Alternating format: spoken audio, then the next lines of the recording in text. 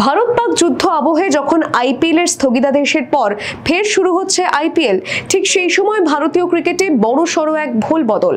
IPL কে ছাপিয়ে উঠেছে দুই ক্রিকেট তারকার অবসরের খবর। একজন রোহিত শর্মা, অন্যজন বিরাট কোহলি। 5 দিনের মাথায় দুই ক্রিকেটার টেস্ট ক্রিকেটকে আলবিদা জানিয়েছেন। সেই নিয়ে বিতর্ক, প্রশ্ন আর সংশয়ের ঝড় উঠেছে বিশ্বের ক্রিকেট মহলে। বিরাট কোহলির টেস্ট ক্রিকেট থেকে আকস্মিক অবসরের ঢেউ এবার আছড়ে পড়তে চলেছে আইপিএল এর ময়দানে।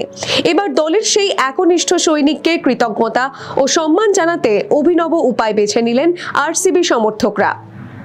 একটি বার্তা ইতিমধ্যে সমাজ মাধ্যমে ভাইরাল হয়েছে, যেখানে আরসিবির আগামী ম্যাচে বিরাটকে সম্মান জানাতে তার অনুরাগীদের টেস্টের সাদা জার্সি গায়ে মাঠে আসার জন্য আর্জি জানানো হয়েছে। আরও লেখা, বিরাট আমাদের টেস্ট ক্রিকেটকে ভালোবাসতে শিখিয়েছেন।